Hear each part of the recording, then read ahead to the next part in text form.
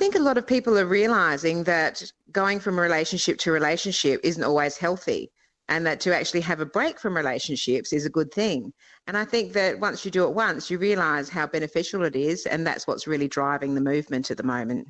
So when we're talking about this boy sober movement, what are the rules?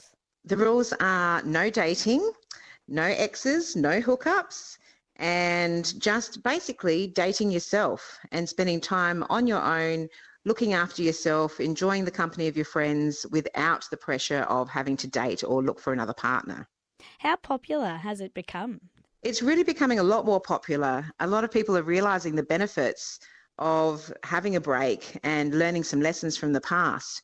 So it seems to be really going worldwide now, and in the Gen Z kind of era, I think it's a great thing for them to be able to have a break, get to know themselves a bit more, because then the more that you know yourself, the more likely you are to be able to pick the right partner in the future. It's been labelled boy sober. So are we just talking about women taking this action, or is it across the board? There is some guys getting on board the girl sober movement and having a break themselves, but I think that the women are sort of leading that at the moment.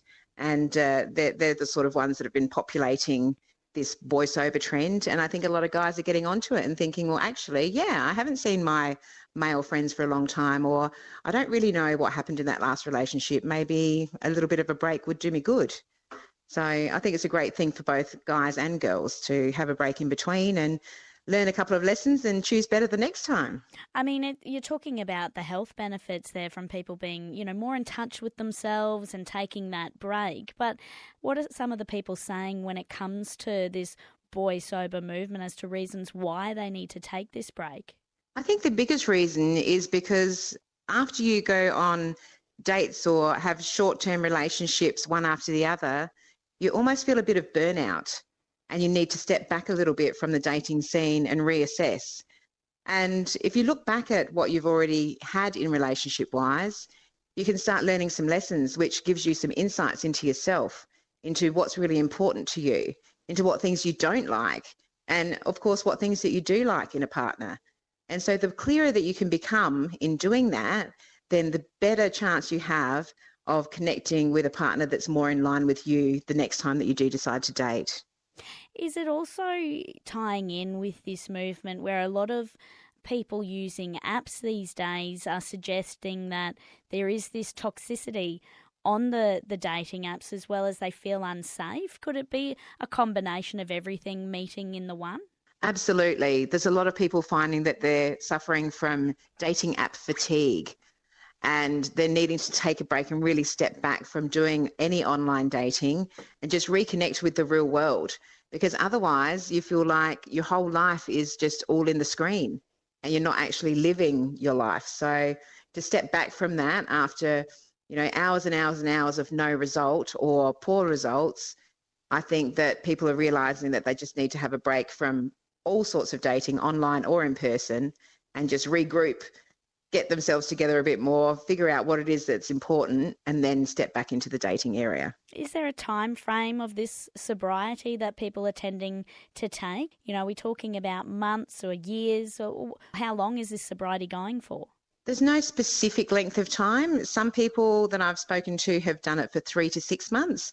Others have done it for a year. Others have done 2 years, and some even more. So it depends on the circumstance, the age that you are perhaps. Of course, Gen Z, they're wanting to find a partner and get married before they're too old as such and have children. So they probably don't want to go 5 years boy sober, but definitely 3 to 6 months, even up to a year, is really healthy. I'm Jess Norton, and today on Risky Business, you're hearing from dating and relationship coach Karina Chapman, and we're exploring this global movement called Boy Sober. From the people that you coach, Karina, what's been some of their reflections as part of this process? They've had the time to really realise what lessons that they've learnt from the past. So they're clearer now on what they do want in their life and what they don't want. Because often we're focused on what we didn't want in the past, and then we attract the same thing again. Whereas if we've got time alone to really reflect and think, okay, here was a couple of lessons that I learnt, might be that you really need someone that's a good communicator, or perhaps you need someone that's supportive and you didn't get that in the past. So then you're much clearer about these things that are really important that you're going to need in a relationship moving forward. And so that affects your choice as to who you might date. Whereas a lot of times when we're much younger, we just tend to look at, the outside of someone, just the appearance, and we're not sort of thinking of what are these long-term things that we need to figure out are important, and then how do we actually match with someone that has those qualities. It's coming down to compatibility, not only from the exterior, but the interior as well. But, Karina, I guess, with this mass boycott or this boy sobriety, I can't imagine the dating apps are happy about this. Have we seen any reaction to this boy sober movement? I think they've got so many people on their dating apps that they're probably not noticing it. And it might just be that you still have a dating profile, but you maybe just suspend it, or you don't actually go on and visit the site. So they're probably not losing a lot of customers. They're just having customers that aren't being as active on the site. There's been a few things that they've been doing. A lot have now an option of video chat, so that you can actually see that the person that you think you're chatting to is actually that person. A lot of them are insisting that you must have a profile picture with your face on there, whereas beforehand a lot of them didn't have that. But of course it could still be that you're using someone else's photo. So the video thing is a really good thing to be able to check that, yes, this person that you have a photo of is actually the person that you're speaking to. And I think they have done a lot more on looking at security of the place. How can we not allow people that aren't genuine to go on there? And what sort of things can we put in place to be able to make the dating app arena safer for people?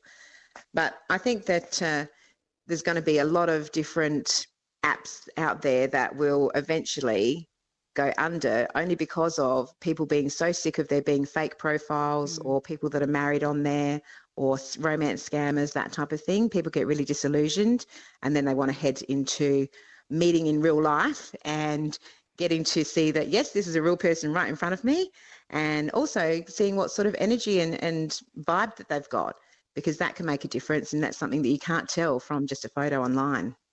I mean, the boy sober movement is not only happening in Australia, it's happening globally, but it's been given a name, Karina. We seem to label things like this. Why do we label it? I think people like labels because then they know what we're talking about. If we're just saying, oh, I'm kind of having a break from dating and I'm kind of doing this and that, it's a bit wishy-washy. Whereas if everyone knows that you're going boy sober and they know what it means, then they can understand it. So you're not having to keep explaining yourself. And also, when you do say that to someone else, they're quite often responding like, oh, what a great idea. Oh, maybe I'll have a little break as well. Because a lot of times too, when we're out dating, we almost forget our friendship circle. We become consumed with the relationship and don't keep up the connection with friends. So being boy sober is also a great chance for you to reconnect with your friends and strengthen those relationships, which are really important in the long term as well.